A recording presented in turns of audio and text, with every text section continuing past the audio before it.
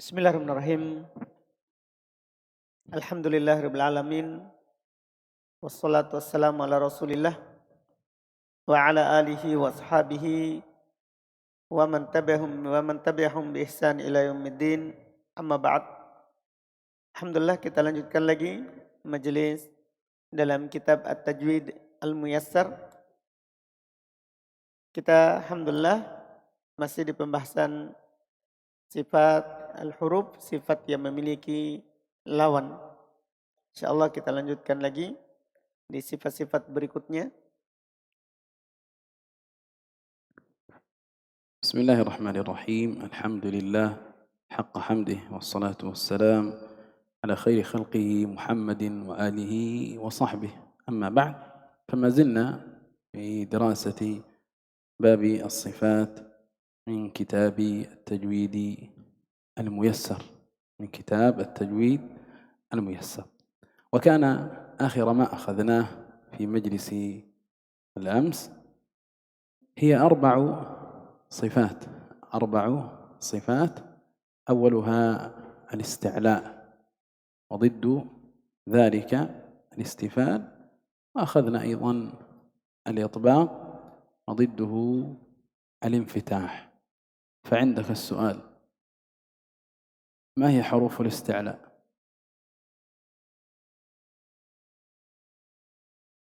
Kemarin yang kita pelajari adalah sifat isti'la lawannya istifal dan itbaq lawannya infitah. Pertanyaan di antum, apa itu huruf isti'la? Hurufnya.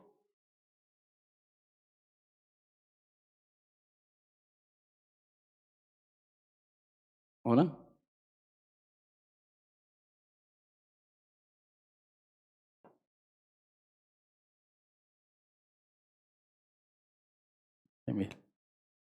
جميل. وينبغي أن تحفظ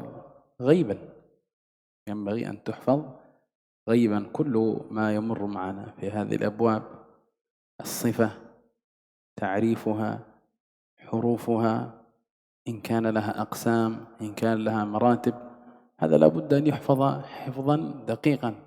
هكذا يا إلهام؟ عندك السؤال: ما هي حروف الإطباق؟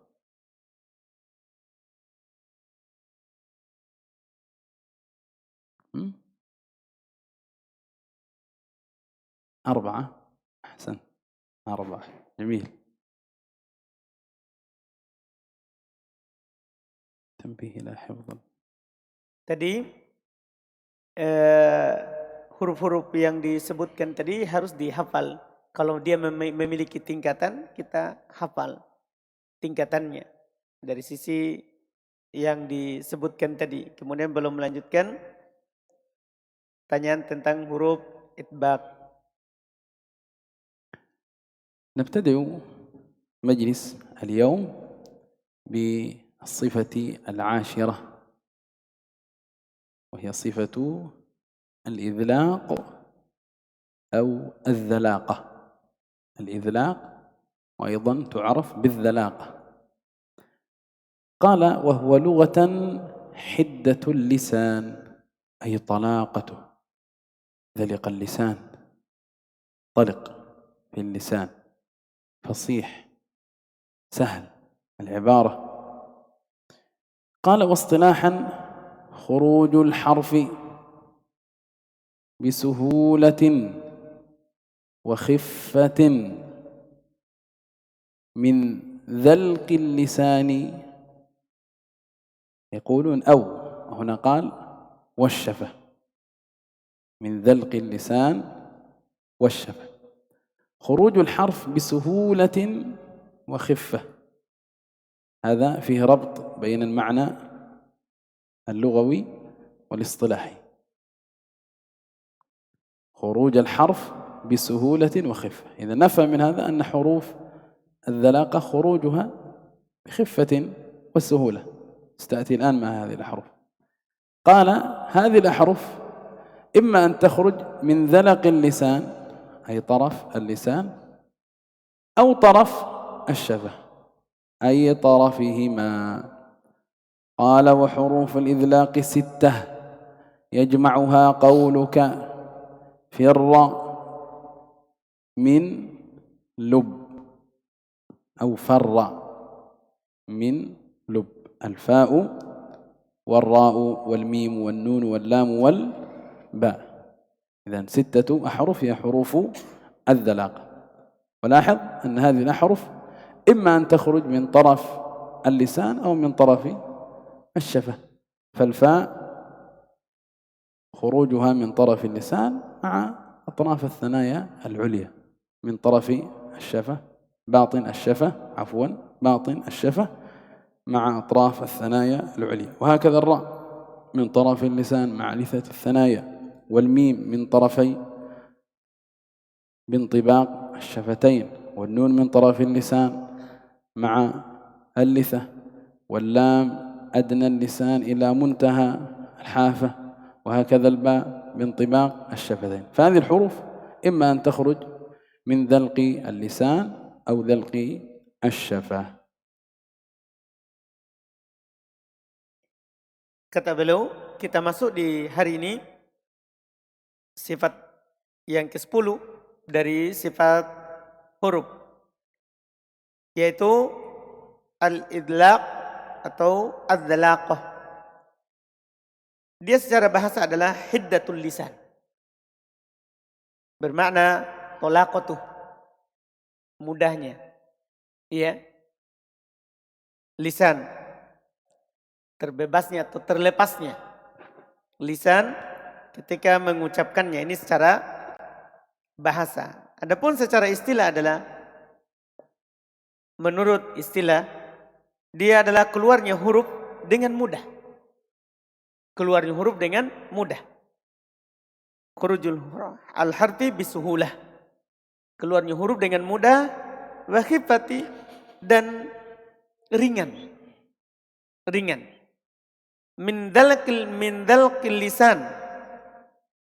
Dia keluar dari ujung lisan, ujung lidah, atau di sini dikatakan wasyafah, atau keluarnya dari bibir. Hurufnya al-idlaq ini atau dalaqah, dia keluar dari ujung lidah atau dari bibir, yaitu ujung keduanya. Ujung lidah dan ujung bibir atau ujung bibir. Keluarnya dan hurufnya al-idlaq ada 6. Hurufnya ada 6. Yaitu terkumpul dalam ucapan kamu firra, bisa juga farra. Firra min lubbin. Ini 6 huruf dari huruf idlaq. Perhatikan kata Syekh tadi, lahid. Perhatikan bahwa dari 6 huruf ini, keluarnya itu apakah dia di ujung lidah atau di bibir. Di ujung bibir. Perhatikan huruf fa. Keluar dari perut bibir bawah dan ujung gigi atas. Ro. Keluar dari ujung lidah ketemu ujung lidah ke dalam. Kemudian ketemu dengan gusi atas. Kemudian mim keluar dari 2 bibir. Nun ujung lidah, gusi pangkal gigi. Kemudian lam adana hafatal lisan, pinggir lidah bagian depan sampai ke ujung depannya, ketemu dengan gusi atau pangkal gigi kiri kanan, ya, atau kiri atau kanan. Kemudian ba, di mana keluarnya di bibir, di bibir. Ini kalau untuk perhatikan dia 2, antara 2. Apakah ujung lidah atau ujung bibir. Ini antum perhatikan yang Syekh sebutkan tadi. وانتبه إلى قوله في التعريف خروج. هذه كلمة نحتاجها بعد قليل إن شاء الله.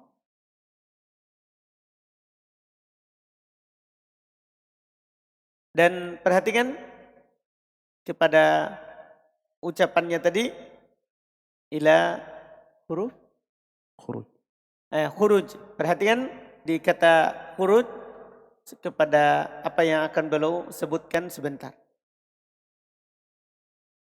قال الصفة 11 وهي الأخيرة من الصفات ذوات الأضداد. وكيف كانت الصفات ذوات الأضداد 11 صفة؟ المعلوم أنها 10، 5 ضدها 5، لكن الآن صارت 11 صفة. السبب في ذلك هي صفة التوسط، صفة البينية التي مرت معنا، وهي بين الرخاوة والشدة، فصارت الصفات 11 صفة. قال الإصمات، وهو لغة المنع، هذا معنى الإصمات في اللغة، المنع. واصطلاحا منع حروفه، أي حروف هذه الصفة والإصمات، من أن يبنى منها وحدها في كلام العرب كلمة رباعية. معنى رباعية أي متكونة من 4 أحرف. رباعي ما كان متكون من 4 أحرف. الأصول، إذن تكون هذه الكلمة الرباعية كلها أصول، كلها أصول، ليس أحد هذه 4 الأحرف حرف زيادة، لا نتكلم عن ذلك، نتحدث عن كلمة رباعية كلها أصول، أو خماسية كلها أصول أيضا. فهذه الصفة وهي صفة الإصمات يمتنع أن يبنى منها وحدها في كلام العرب كلمة رباعية الأصول أو خماسية الأصول، ليس هذا واردا في لغة العرب. قال لثقلها على اللسان. لماذا لم يحدث هذا؟ لثقلها على اللسان. فلا بد من أن يكون في الكلمة الرباعية الأصول أو الخماسية حرف من الحروف ماذا؟ المذلقة التي مرت معنا، فر من لب، لتعدل خفته ثقل حرف الإصمات، حتى يكون في ميزان، لأن المذلق خفيف والمصمت ثقيل، فعند أن تحتوي الكلمة على مصمت ومذلق تخف الكلمة، وهذا هو القصد. فإذا وجدت كلمة رباعية الأصول أو خماسية الأصول وليس فيها أحد حروف الذلاقة، قالوا لك أن تحكم عليها بأنها دخيلة على كلام العرب، ليست عربية، هذه دخيلة. مثل كلمة عسجد، اسم للذهب أو ما غلا ثمنه. عسجد، العين والسين والجيم والدال، إذن 4 أحرف وكلها أصول، إذن تكونت من 4 أحرف أصول. طيب هل العين من فر من لب؟ لا. السين فر من لب، ليست مذكورة. الجيم أيضا غير مذكور. الدال غير مذكورة. إذن لا يوجد في هذه الكلمة حرف من حروف الإذلاق، وهي رباعية أصول، إذن هذه الكلمة دخيلة على كلام العرب، ليست عربية في الأصل، ليست عربية في الأصل. لاحظت؟ هذا هو القصد من قولهم منع حروف الإصمات أن يبنى منها وحدها في كلام العرب كلمة رباعية الأصول أو خماسية الأصول. ثم قال وحروف الإصمات ما عدا حروف الذلاقة المتقدمة، ما سوى هذه 6 فر من لب يعد حرف من حروف الإصمات. Kata beliau yang berikutnya sifat ke-11. Beliau katakan tadi gimana jadi 11 sementara ini kan yang memiliki lawan. Seharusnya kan 5 lawannya. Berarti jadinya apa? 10. Kenapa ini jadi 11? Dikarenakan ada sifat tawassut. Karena lawan dari sifat syiddah adalah apa? Tawassut dan rakhawah. 2. Sehingga menyebabkan 11. Karena ada satu sifat lawannya 2. Karena ada satu sifat lawannya dua. Yaitu sebelumnya, sifat tawassut. Sifat tawassut. Nah sekarang sifat ke-11 adalah sifat al-ismat. Sifat al-ismat, dia secara bahasa adalah al-man'u, melarang, menahan. Menahan. Iya, ini secara bahasa. Adapun secara istilah adalah man hurufihi, terhalanginya dan tertahannya hurufnya min an yubana minha wahdaha fi kalamil arabi kalimat rubaiyatul usul. Terhalanginya atau tertahannya huruf-hurufnya dari dibangun darinya saja dalam kalimat Arab kata yang 4 asli atau 5 asli. Dikatakan ismat adalah tertahannya hurufnya nanti, huruf ismat dari terbangunnya kata bahasa Arab yang asli 4 huruf. Asli 4 huruf yang tidak ada tambahannya. Tidak ada tambahannya. Atau asli 5 huruf yang tidak ada tambahannya. Asli 5 huruf yang tidak ada tambahannya. Ini dimaklumi kalimat Arab itu terbagi dua. Ada asli, ada tambahan. Ada asli, ada tambahan. Jadi ini terhalangnya huruf-huruf ismat ini dari dibangun darinya kalimat bahasa Arab yang 4 asli atau 5 asli. Kenapa terhalang? Liziqaliha 'alal lisan, karena berat di lisan. Karena berat di lisan. Iya, berat diucapkan. Ini kenapa terhalang dibangun kalimat Arab, artinya tidak ada kalimat Arab yang seperti ini. Karena tidak boleh, tidak bisa. Yang 4 huruf asli yang terbangun dari hurufnya nanti. Tidak ada kalimat Arab karena berat diucapkan. Maka harus ada pada kalimat yang 4 asli itu atau 5 asli itu salah satu dari huruf mudlaqah. Salah satu dari huruf yang pertama tadi. Ketika ada huruf 4 asli, ada kata bahasa Arab 4 asli atau ada kata bahasa Arab 5 asli, pasti di dalam kata itu ada huruf idlaq. Tidak boleh semua hurufnya di dalamnya adalah apa? Ismat. Pasti kalau dia 4 asli atau 5 asli, pasti di dalamnya terdapat huruf idlaq. Tidak boleh semua hurufnya adalah apa? Ismat. Tidak dibolehkan. Ya. Kenapa bisa harus ada huruf idlaq? Lita'dila khifatuhu, supaya itu menyaingi ringannya itu. Ringannya itu menyaingi yang berat. Ya, ringannya itu menyaingi yang berat yang ada pada huruf apa? Ismat. Yang ada pada huruf ismat. Ini yang beliau katakan tadi. Jika antum dapatkan. Jika antum dapatkan. Ada kalimat 4 huruf asli. Ada kalimat 4 huruf asli. Tapi di dalamnya tidak ada huruf idlaq. Maka ketahuilah itu adalah ad-dakhilah. Itu yang diserap ke dalam bahasa Arab. Bukan Arab asli. Itu adalah kalimat yang dimasukkan dalam bahasa Arab. Tapi bukan bahasa Arab asli. Seperti yang beliau contohkan tadi adalah kata asjad. Adalah kata apa? Asjad. Dia bermakna asjad adalah nama untuk emas atau sesuatu yang mahal harganya. Sesuatu yang mahal harganya namanya asjad. Ini kalau antum perhatikan kata asjad, ada nggak huruf idlaq di dalamnya? Huruf idlaq kan sudah lewat tadi. Apa hurufnya tadi? Hurufnya adalah apa? Firro min lub. Perhatikan, apakah ada huruf fa? Hurro, min, nun, lam, ba, tidak ada. Paham kan? Berarti ini semua huruf apa ini? Huruf ismat. Tidak ada di dalamnya huruf idlaq. Kan begitu? Harusnya tadi tidak ada. Tidak boleh ada kata bahasa Arab 4 asli. Ini asjad 4 asli. Tidak boleh ada 4 asli yang hurufnya adalah apa? Semuanya dari huruf ismat. Tidak ada. Nah kalau antum dapat begini berarti ini kalimat apa? Serapan. Diserap ke dalam bahasa Arab. Karena asalnya tidak boleh. Dan huruf-huruf ismat adalah selain huruf al-idlaq tadi. Selain firra min lub berarti ismat. Berarti ismat. Selain 6 huruf tadi berarti dia adalah hurufnya ismat.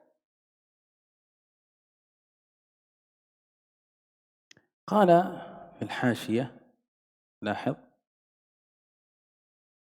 صفتا الإذلاق والإصمات لا يترتب عليهما شيء من حيث الأداء. لا يترتب عليهما شيء من حيث الأداء.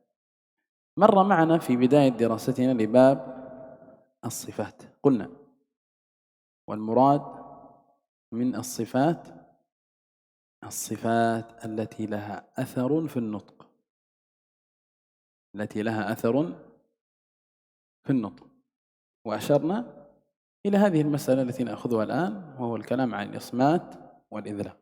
لأن صفة الإصمات والإذلاق ليس لهما أثر في النطق، فصفة الإذلاق تتحدث عن خروج الحرف، وهذا يدرس في باب المخارج، فيه إشارة إلى مخرج هذه الأحرف. وصفة الإصمات فيها كلام عن خاصية صرفية، عن بناء الكلمة، فلذا أهمل ذكر هاتين الصفتين جمع من علماء التجويد، جمع من علماء التجويد يهملون ذكر هاتين الصفتين. لماذا؟ لأنهما صفتان لا دخل لهما في تجويد الحروف، لا دخل لهما في تجويد الحروف. فصفة الإذلاق كما قلنا في إشارة إلى مخارج هذه الحروف، وصفة الإصمات فيها خاصية صرفية. Perhatikan di hasyiah, di catatan kaki, ya, di catatan kaki nomor 1. Catatan kaki nomor 1 di buku nyantum. Itu yang di nomor 1. Dikatakan di situ dua sifat, yaitu idlaq dan ismat, itu tidak ada kaitannya sedikit pun dari bab al-ada ketika mengucapkan huruf. Ya, tidak ada kaitannya. Sudah lewat bersama kita bahwa sifat itu adalah yang kita bicarakan di sini. Di sifat adalah sifat yang memiliki pengaruh ketika mengucapkan huruf. Ketika memiliki pengaruh ketika mengucapkan huruf. Nah, ini sifat, dua sifat ini, idlaq dan ismat, tidak ada pengaruhnya dalam ucapan. Oleh karena itu, jam'un min ulama, sekelompok dari ulama tajwid tidak memasukkan sifat yang ke-10 dan ke-11 ini dalam bab apa? Sifat. Karena idlaq itu terkait dengan makhraj. Idlaq itu terkait dengan tempat keluarnya huruf. Sementara ismat itu terkait dengan apa? Sorof. 4 asli, 5 asli. Ini adalah dibahas dalam ilmu sorof. Berarti tidak ada kaitannya dengan apa? Tidak ada pengaruhnya dengan suara, dari suara huruf. Dari suara huruf. Makanya dia tidak disebutkan oleh sebagian para ulama dalam ilmu tajwid di bab apa? Sifat. 2 ini. قال إلى هنا انتهى الكلام عن الصفات 10. يقول في الحاشية جملتها 11 صفة، لأن صفة الشدة لها ضدان، التوسط والرخاء، وقد مر. قال إلى هنا انتهى الكلام على الصفات 10 ذوات الأضداد.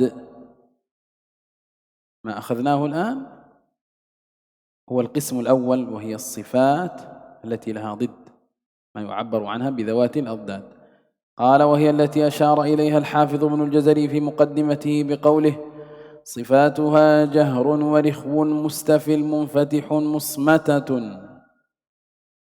والضد قل. إذن لاحظ صفاتها جهر هذه 1، ورخو 2، مستفل 3، منفتح 4، مصمتة 5، وضد 5 فتصير 10، وبزيادة التوسط 11 صفة. وهذه نقول عنها كما قال ابن الجزري والضد قل، يعني هذه هي الصفات التي لها ضد. ثم شرع في ذكر أحرف هذه الصفات، وسيذكر ضد، وبضدها تتبين الأشياء، سيذكر صفة ويهمل ضدها. مهموسها فحثه شخص سكت، هذه حروف الهمس. مهموسها فحثه شخص سكت 10. شديدها لفظ أجد قطم بكت، هذه 8. أجد قطم بكت حروف الشدة. وبين رخو والشديد التي هي صفة البينية صفة التوسط. لن عمر 5 أحرف. ثم قال وسبع علو أي صفة الاستعلاء 7 أحرف هي خص ضغط قض حصر أي محصورة في هذه الكلمات الثلاث خص ضغط قض. ثم قال وصاد ضاد طاء ضاء مطبقة كم عددها 4 الصاد والضاد والطاء والضاء.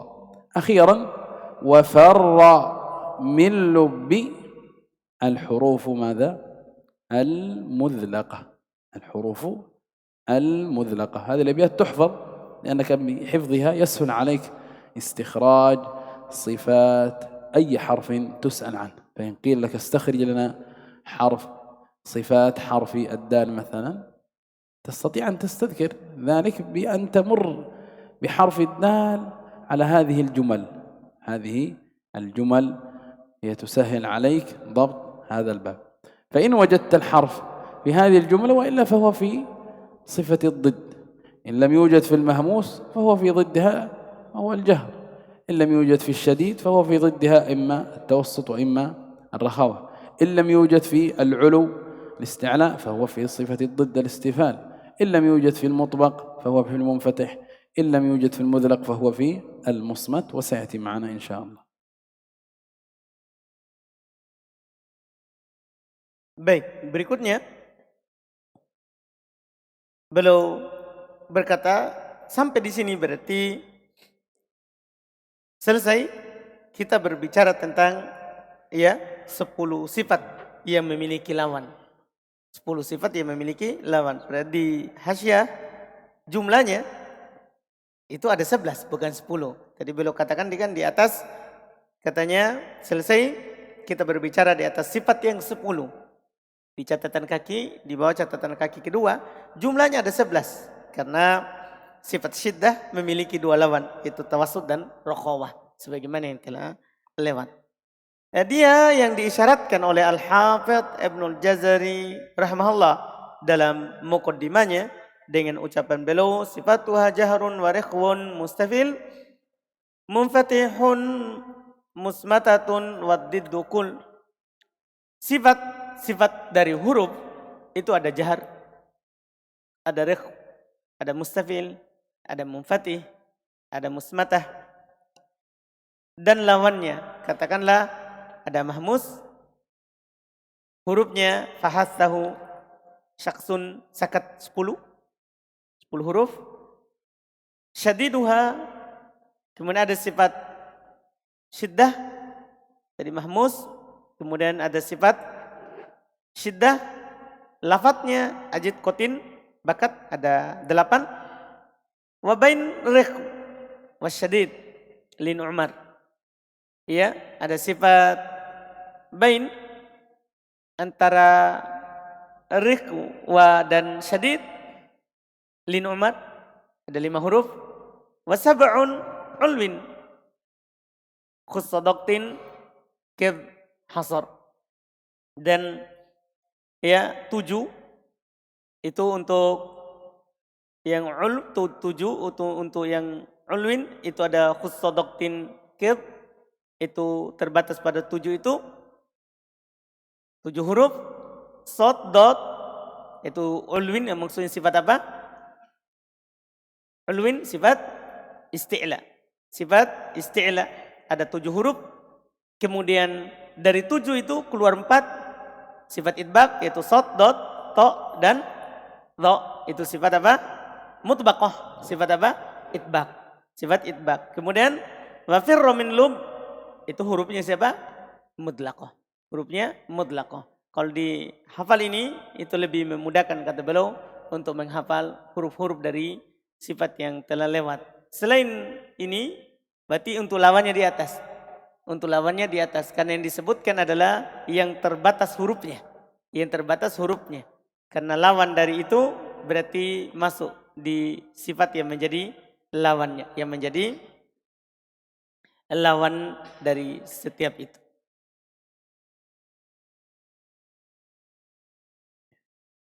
ثم قال: أما الصفات التي لا ضد لها، هذا القسم الثاني من الصفات اللازمة كما مر، الصفات التي لا ضد لها، وهي الأولى الصفير.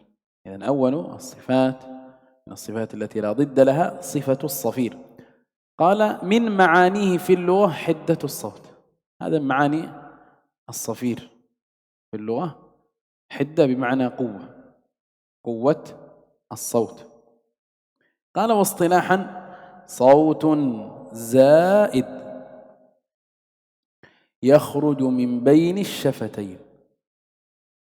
صوت زائد يخرج من بين الشفتين، هذا الصوت يشبه صوت الطائر، يشبه صوت الطائر، وهذا واضح في حروف الصفير. قال: عند النطق بحروفه الثلاثة، وهي أص، هذه الصاد، وأس، هذه السين، وأز، هذه الزاي، الزاي. إذن هذه حروف الصفير الثلاثة، صوت زائد يخرج من بين الشفتين، هذا الصوت يشبه صوت الطير، يشبه صوت الطير. هناك تعريف آخر بعض المعاصرين يقول: حدة في صوت الحرف، فيه ربط بين تعريف الاصطلاحي واللغوي. حدة أي قوة كما مر في صوت الحرف.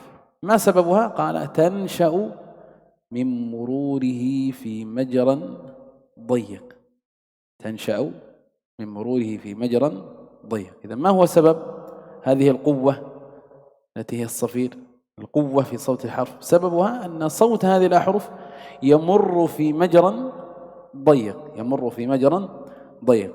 لذلك الإمام ابن الطحان رحمه الله، ومن أئمة التجويد المتقدمين علماء القرن السادس رحمه الله، الإمام ابن الطحان يقول: كالصوت الخارج من ضغط ثقب، كالصوت الخارج من ضغط ثقب. لو جاءت الرياح، جاءت الرياح وهناك ثقب، خرم يسير في أحد الجدران، فإنه يدخل الريح من هذا الموضع ويحدث صوت صفير. هذا معلوم، لا سيما من سكن في البوادي، تسمع هذا الصوت، صوت يشبه صوت الطائر الذي هو الصفير. Berikutnya kita masuk di sifat yang kedua.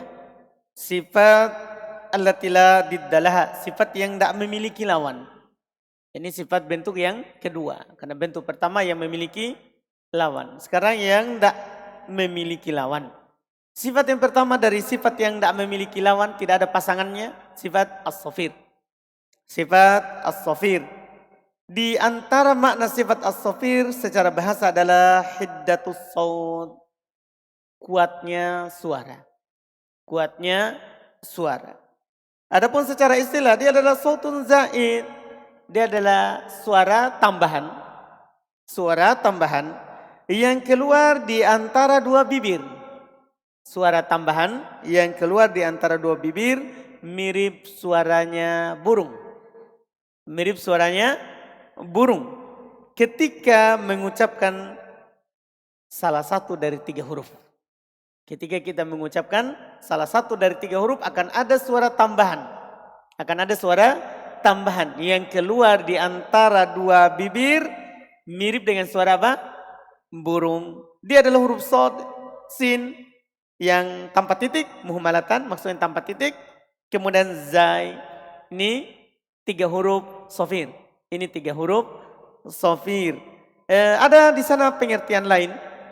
Pengertian lain dari pengertian sofir disebutkan adalah hiddatun fi sautil harf. Dia adalah kuatnya suara huruf yang tansya'u min mururihi fi majron doyik. Fi majron doyik. Dia katanya dia adalah suara yang kuat, yang muncul karena huruf itu lewat di tempat yang sempit. Huruf itu lewat di tempat yang sempit sehingga menghasilkan suara seperti tadi suara burung. Disebutkan oleh Ibnu Tahan, termasuk ulama yang mutaqaddimin yang terdahulu di dalam mengarang yang bahas ilmu ini, ya beliau di kurun yang ke-6 menyebutkan bahwa dia seperti suara atau yang mengalir yang menabrak sesuatu terus keluar dari tempat yang sempit. Ini kita dengar biasa kalau tinggal di pedalaman, muncul suara, setelahnya adalah seperti suara burung, Ini yang disebutkan terkait dengan suara huruf yang bersifat dengan sifat sofir.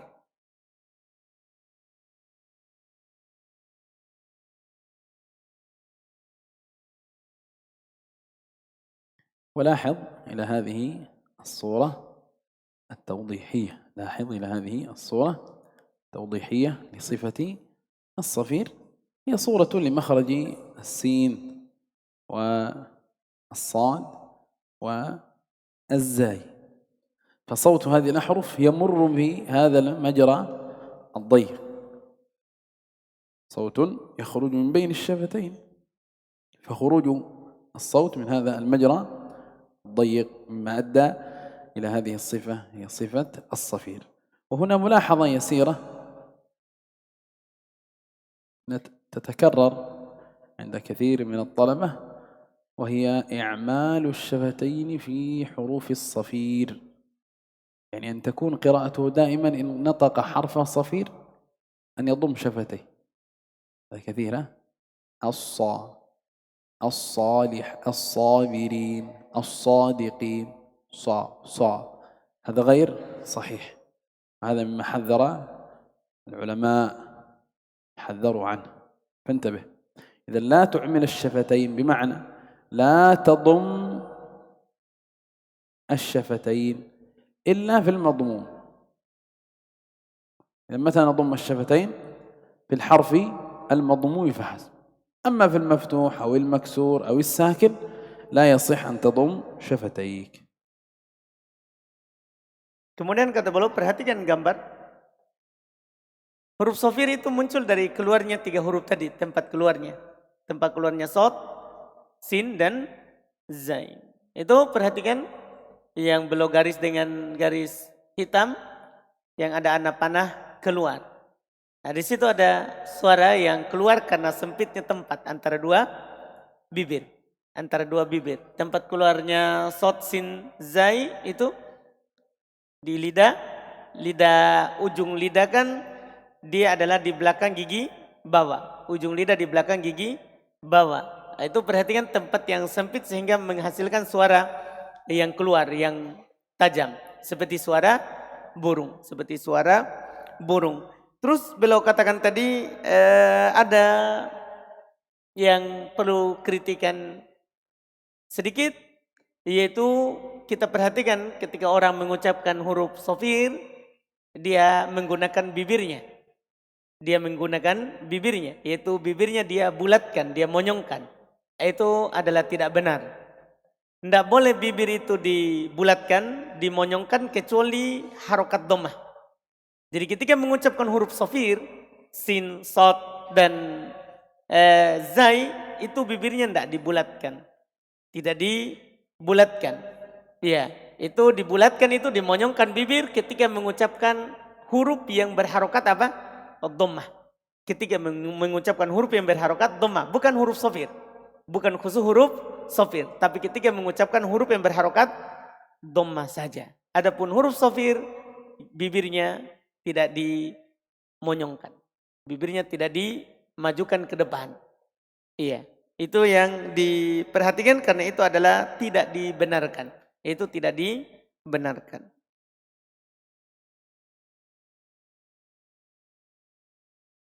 ثم قال صفة الثانية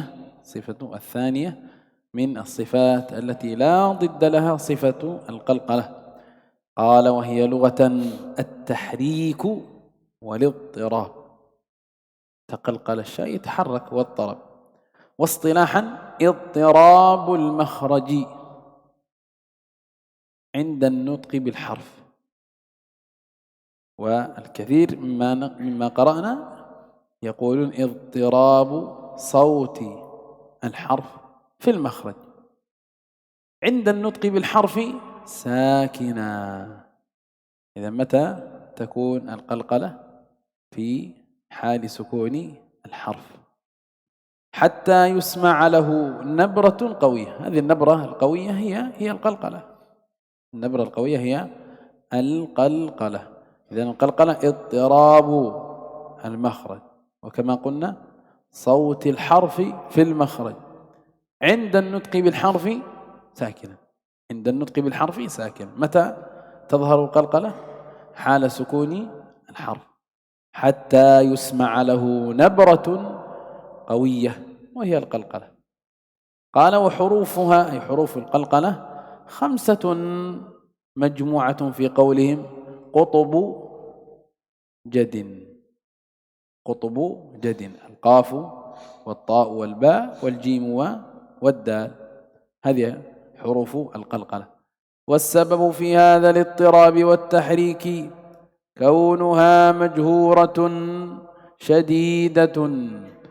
إذن اجتماع هاتين الصفتين في الحرف، اجتماع صفتي الجهر والشدة، هذا يجعل الحرف فيه ثقل، يجعل الحرف فيه ثقل، فلذلك يتخلص مما فيه من الثقل بالقلقلة. قال فالجهر يمنع النفس أن يجري معه، مر معنا الجهر انحباس النفس، والشدة تمنع أن يجري صوتها، أيضا مر الشدة انحباس الصوت. فلما اجتمع لها هذان الوصفان احتاجت إلى كلفة في بيانها. وكما قلنا قبل قليل أن القلقلة خففت ثقل هذه الأحرف، فلو جئت تنطق أحد هذه الحروف دون قلقلة لعرفت الثقل الذي زال بالقلقلة. لو جئت تنطق تقول أق دون أن تقلقل تجد أن في ذلك ثقلا، بخلاف أق صارت أخف وأيسر.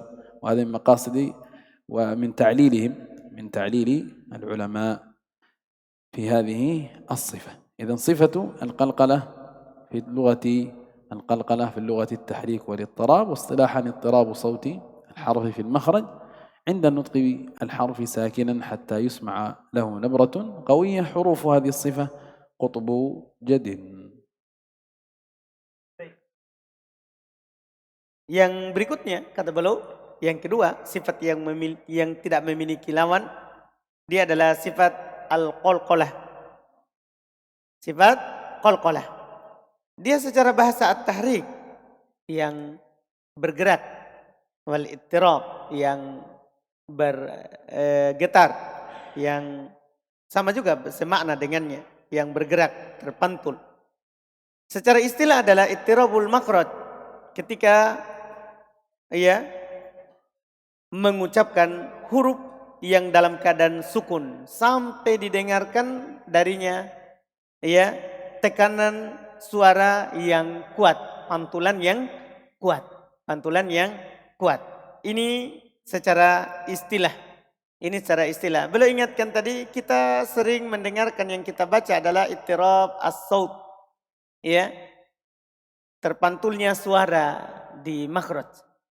Terpantulnya suara di makhraj, bukan terpantulnya atau bergeraknya makhraj, tapi suara. Terpantulnya suara di makhraj. Itu yang sering kita dengar, yang sering kita baca. Kemudian hurufnya ada 5. Huruf qalqalah ini yang suaranya terpantul ketika kita mengucapkannya itu ada 5. Terkumpul dalam ucapan mereka qutbu jadin. Ya, qutbu jadin. Iya. Ini ada 5 huruf. Qaf, ta, ba, jim, dal. Qaf, ta, ba, jim, dal. Ini huruf qalqalah. Huruf qalqalah. Apa sebabnya dia terpantul? Dia bergerak. Sebabnya kata beliau, sebabnya dia terpantul adalah karena dia sebenarnya huruf yang memiliki 2 sifat, itu sifat jahar dan sifat syiddah. Ini sebabnya. Terkumpul padanya 2 sifat. Ya, 2 sifat. Jahar yaitu tidak mengalirnya nafas, sementara syiddah tidak mengalirnya suara. Terkumpul ini, napas tidak mengalir dan suara juga tidak mengalir. Sehingga kalau kita sukun tanpa dipantulkan itu akan berat. Akan berat. Ini tatkala terkumpul dua sifat ini, maka butuh kepada kulfah, butuh kepada perjuangan untuk mengucapkannya. Sehingga ketika dipantulkan itu akan memudahkan ketika mengucapkannya. Ini ta'lil, ini adalah sebab yang mereka sebutkan kenapa dipantulkan ketika diucapkan. Kenapa dikasih qalqalah ketika diucapkan 5 huruf tadi.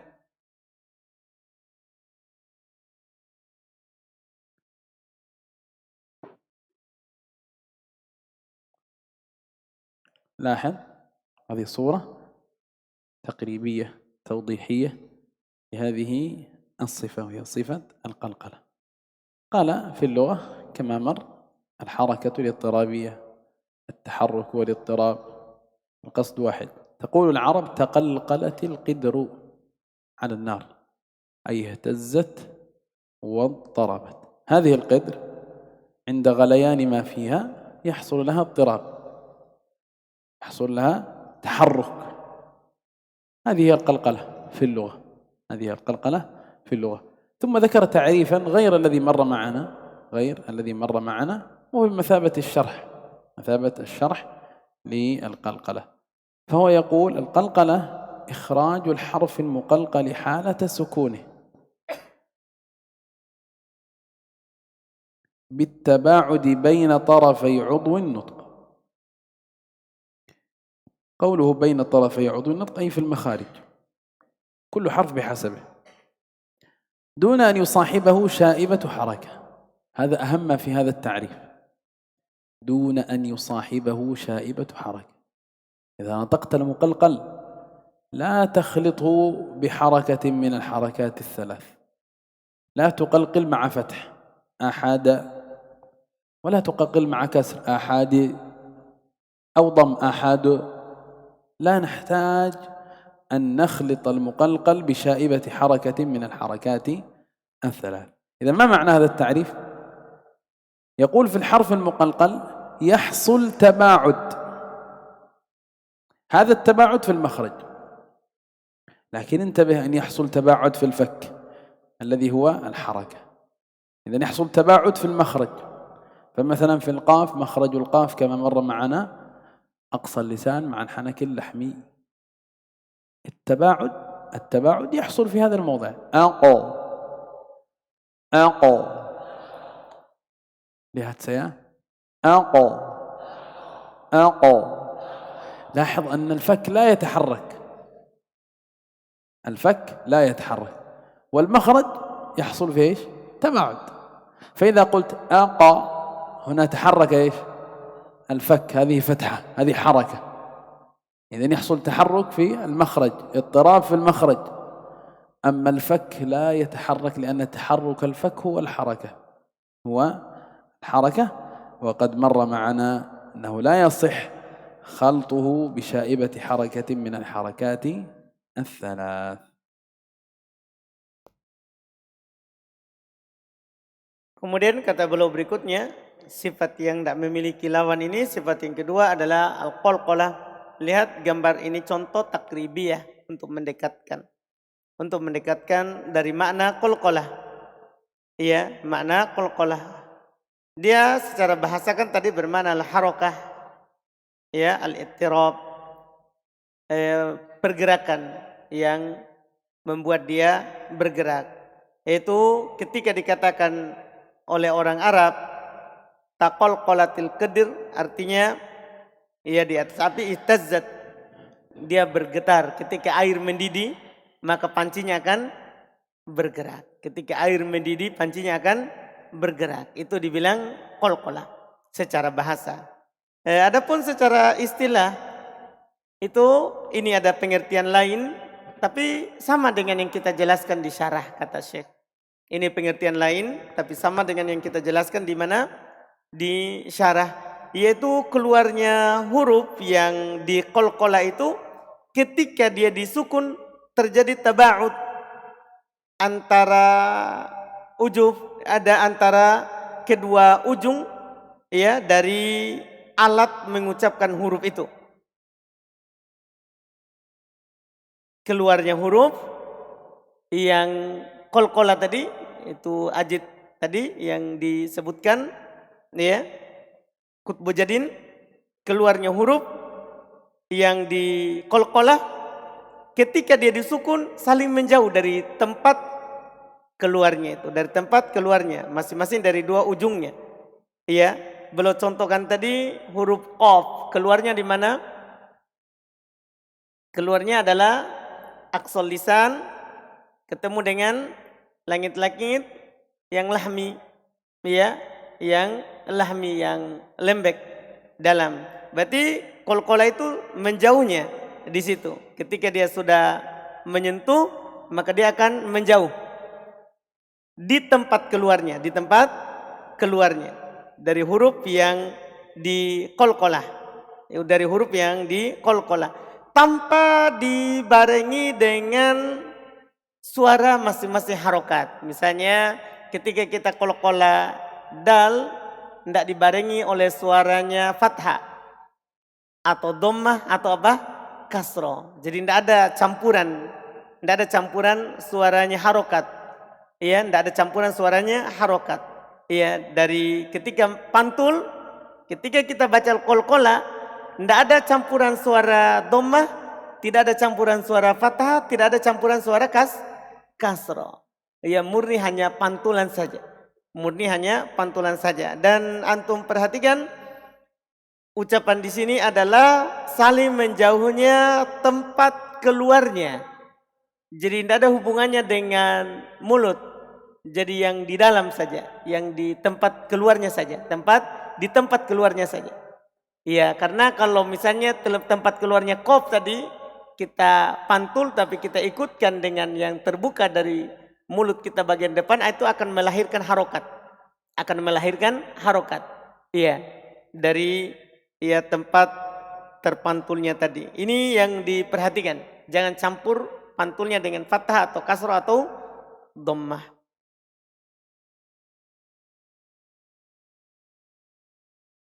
ثم قال مراتب القلقلة. قال وللقلقلة 3 مراتب. وليس هذا المذهب مختارا عند قراء الشام. هذا الغالب هو مذهب قراء مصر المعاصرين، أن للقلقلة 3 مراتب. قراء الشام على ما نص المتقدمون عليه أن للقلقلة مرتبتان. نقرأ ما ذكر المؤلف. قال وللقلقلة 3 مراتب، أعلاها المشدد الموقوف عليه نحو الحق، أشق، فالساكن فاء، هذه المرتبة الثانية. فالساكن الموقوف عليه نحو السجود، هذا مخفف ليس مشدد. وخلاق. ثم الثالثة عندهم فالساكن وصلا نحو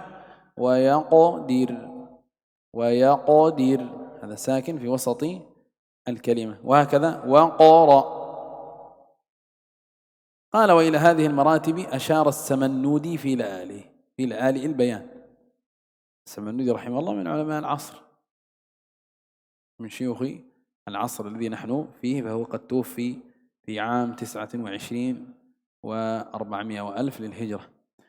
قال رحمه الله كبيرة حيث لدى الوقف أتت أكبر، وهو الشاهد، حيث عند وقف شددت، يعني تكون أكبر من الكبرى فتصير المراتب 3 كما قلنا قبل قليل. هذا عليه قراء مصر المعاصرين. لاحظ ماذا قال ابن الجزري رحمه الله. قال وقال ابن الجزري في المقدمة وبينا مقلقلا إن سكن، هذه مرتبة. وإن يكن في الوقف كان أبين، هذه مرتبة. لاحظ ابن الجزري رحمه الله لم يتحدث عن مرتبة ثالثة، إنما قال وبينا مقلقلا إن سكنا، أي حرف من حروف القلقلة إن سكن قلقله. ثم متى يكون أبين وأوضح وأكبر؟ إن يكن في الوقف، إذا وقفت عليه. إذن في وسط الكلمة الصغرى وفي آخر الكلمة وقفت عليها كبرى. طيب هل هناك فرق بين المشدد وغير المشدد؟ لا فرق، لا فرق، لأن القلقلة في نحو مثلا كلمة الحق، المشدد عبارة عن حرفين ساكن ومتحرك، ساكن ومتحرك. طيب الساكن في كلمة الحق وهو الأول مدغم في الثاني، لذلك ننطق بقاف مشددة. وهذه القلقلة التي نسمعها هي قلقلة القاف المتطرفة، لأن المدغم لا يقلقل، لو قلقل المدغم لفك الإدغام، فالقاف الأولى لا تقلقل، هي مدغمة. والقلقلة التي نسمعها، القلقلة التي نسمعها الحق، هي قلقلة الثاني. إذن هل هناك ثمرة من كون الحرف مشدد على القلقلة؟ لا، لا يوجد ثمرة، فلا فرق بين قلقلة الحق وقلقلة اختلاق، لا فرق، الأداء واحد، لا فرق. هذا ما يقرأ به قراء الشاب المعاصرين. وهكذا الإمام مكي رحمه الله ومن علماء هذا الفن الكبار يقول في الرعاية: فلذلك الصوت في الوقف عليهن أبين منه، فلذلك الصوت في الوقف عليهن أبين منه في الوصل. لم يتحدث عن مرتبة ثالثة، وقف ووصل. إن وقفت فالصوت أبين بمعنى أنها قلقلة كبرى، وإن وصلت فهي قلقلة صغرى.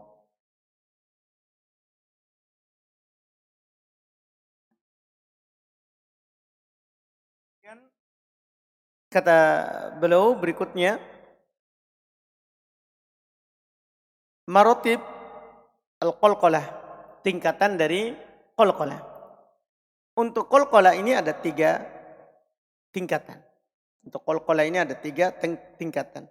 Ini bukan madhab yang dipilih di sisi qurra Syam. Ini adalah madhab yang dipilih di sisi qurra Mesir, yang ada 3 tingkatan. Kalau qurra Syam dia hanya 2 tingkatan saja. Hanya 2 tingkatan. Ini yang di sini di buku ini disebutkan adalah di qurra Mesir. Iya. Dikatakan ada 3 tingkatan, yang paling tingginya adalah al-musyaddadah al-mauquf alaihi. Qalqalah ketika didapatkan huruf qalqalah yang paling tingginya adalah yang bertasdid, yang berhenti di atasnya. Kita waqaf di atasnya dan dia dalam keadaan apa? Bertasdid. Iya, bertasdid. Dan beliau ingatkan tadi di akhir, maksudnya qalqalahnya itu di huruf yang terakhir. Di huruf yang terakhir, seperti pada kata al-haq dan asyaq. Yang itu yang pertama. Tingkatan yang kedua as-sakin al-mauquf alaih. Tingkatan yang kedua ada huruf qalqalah sukun terus berhenti di atasnya. Kalau tadi bertasdid, kalau ini ada huruf qalqalah sukun berhenti di atasnya. Seperti kata as-sujud kita berhenti di atasnya, khalaqa kita berhenti di atasnya. Ini tingkatan kedua, sukun yang kita waqaf di atasnya. Tingkat pertama bertasdid yang kita waqaf di atasnya. Tingkat ketiga as-sakin wasla, sukun dan kita baca sambung, kita tidak berhenti di atasnya. Sukun ada huruf qalqalah sukun, kita berhenti di atasnya, seperti wa yaqdir ini dan waqra. Di 3 tingkatan ini diisyaratkan oleh al-Imam As-Samannudi rahimahullahu taala di La'ali al-Bayan, dengan termasuk beliau ulama asar, dia masuk ulama yang terakhir dengan ucapannya kabiratun haitsu ladal waqfi atat. Ini yang pertama, dia kabir ketika dia datang di waqaf, itu dianggap kabir. Kemudian akbar haitsu inda waqfin syuddidat. Terus lebih besar lagi karena kabir besar, itu qalqalah disebut qalqalah tadi yang tingkatan kedua kalau di waqaf berhenti sukun. Kemudian akbar lebih besar, tadi tingkatan yang lebih tinggi ketika di waqaf di atas yang bertasydid. Berarti dia sebutkan berapa? 3 tingkatan. Sementara Al-Imam Ibnul Jazari rahimahullah dalam muqaddimah hanya mengisyaratkan 2 tingkatan. 2 tingkatan. Yaitu dengan ucapan beliau wabayyinan muqalqalan insakana wa in yakun fil waqfi kana abyana. Qalqalah itu akan jelas ketika dia bersukun. Qalqalah itu akan jelas ketika dia bersukun. Dan kalau dia di waqaf maka itu akan lebih jelas. Berarti hanya ada kata jelas dan lebih jelas. Hanya ada 2 tingkatan yang disebutkan. Kemudian tadi yang belum singgung bahwa ketika yang bertasydid ya, yang qalqalah itu adalah huruf yang kedua. Huruf yang kedua. Karena kalau yang pertama pasti kita buka tasydidnya. Kalau huruf yang pertama berarti kita akan buka tasydidnya. Ini yang terjadi qalqalah padanya adalah pada huruf yang kedua. Itu pada yang bertasydid. Yang terjadi qalqalah adalah pada huruf yang kedua. إذن هذا هو ما أخذناه في مجلس اليوم. أخذنا 4 صفات. الصفة الأولى صفة الإذلاق، خروج الحرف من ذلق اللسان أو الشفة، حروفه فرة من لب. ثم أخذنا صفة الإصمات وهي ضد الإذلاق، وقلنا أن الإصمات هو امتناع انفراد حروف هذه الصفة بكلمة رباعية أصول أو خماسية أصول، فلو وجد حكمنا على هذه الكلمة بأنها دخيلة على كلام العرب. ومر أن هاتين الصفتين لا دخل لهما في تجويد الحروف، ولذا أهمل ذكرها كثير من علماء هذا الفن. ثم أخذنا من الصفات التي لا ضد لها صفتين أيضا، وهي صفة الصفير، حدة في صوت الحرف تنشأ من مروره في مجرى ضيق، أو صوت زائد يخرج من بين الشفتين يشبه صوت الطائر، وحروفه الصاد والزاي والسين. ثم أخذنا صفة القلقلة وختمنا بالكلام عن مراتب القلقلة، وفهمنا من هذا الكلام أن للعلماء في مراتب القلقلة أن للعلماء مذهبين.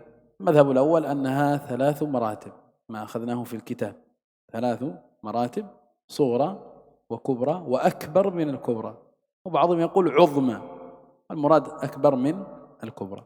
الصغرى متفق عليها، وهي حرف القلقلة المتوسط في وسط الكلمة، خلقنا، يقرأ، يقادر، هذه قلقلة صغرى. الكبرى الحرف الموقوف عليه، وقفت على حرف قلقلة متطرف، هذه قلقلة كبرى. أكبر من الكبرى إن كان مشددا، إن كان هذا الموقوف عليه مشددا أكبر من الكبرى. وقلنا أن هذا هو مذهب يختاره أهل مصر، قراء مصر المعاصرين، وأما المتقدمون فإنهم لم ينصوا إلا على أن للقلقلة مرتبتين. نقلا عن الإمام مكي وهو من أقدم كتب التجويد، وأيضا كلام ابن الجزري رحمه الله في المقدمة. فالمذهب الثاني في مراتب القلقلة أن للقلقلة مرتبتين، صغرى وكبرى، صغرى في وسط الكلمة، وكبرى الموقوف عليه مشدد أو غير مشدد. هذا ما أخذناه في درس اليوم. Kita berarti di hari ini telah mengambil 4 sifat. Kita ambil tadi sifat yang ke-10, idlaq, kemudian ismat. Kita sudah jelaskan apa itu idlaq, kemudian ismat, kita juga sudah jelaskan. Dan 2 sifat ini tidak ada kaitannya dengan makhraj, dia hanya kaitannya, tidak ada kaitannya dengan sifat, dia hanya kaitannya dengan apa? Makhraj dan sharaf yang sudah dijelaskan tadi. Kemudian kita masuk di 2 sifat lagi, sifat as-safir dan sifat al-qalqalah. Sifat as-safir sudah dijelaskan. Ya, pengertiannya hurufnya ada 3, shad, sin dan zai. Sementara sifat qalqalah ya juga sudah disebutkan pengertiannya, hurufnya ya ada 5, hurufnya ada 5 dan kita tutup dengan tadi pembahasan marotib al-qalqalah, bahwasanya dalam marotib al-qalqalah ada 2 madhab, ada yang mengatakan dia 3 tingkatan, itu madhab yang pertama, madhabnya Qurra Mesir, kemudian ada yang mengatakan 2 tingkatan saja, yaitu ini madhabnya Asyam dan telah disebutkan oleh Al-Imam Makki tadi dari mutaqaddimin, dari kalangan orang terdahulu dari yang menjelaskan ya ilmu ini. Dia hanya 2 tingkatan. Yang mengatakan ya 3 tingkatan sepakat kalau dia berada di tengah, kalau dia berada di wasat ketika dibaca sambung itu sugro, kemudian ada kubro dan ada kabir. Ada kabir. Adapun yang mengatakan hanya 2 martabah, yaitu kalau di tengah berarti sugro, kalau di ujung wakaf dan yang bertasdid itu hanya ya kubro dan sugro. Itu yang disebutkan dari 2 ya madhab yang disebutkan. Dan madhab yang kedua itu madhabnya siapa? Orang Syam.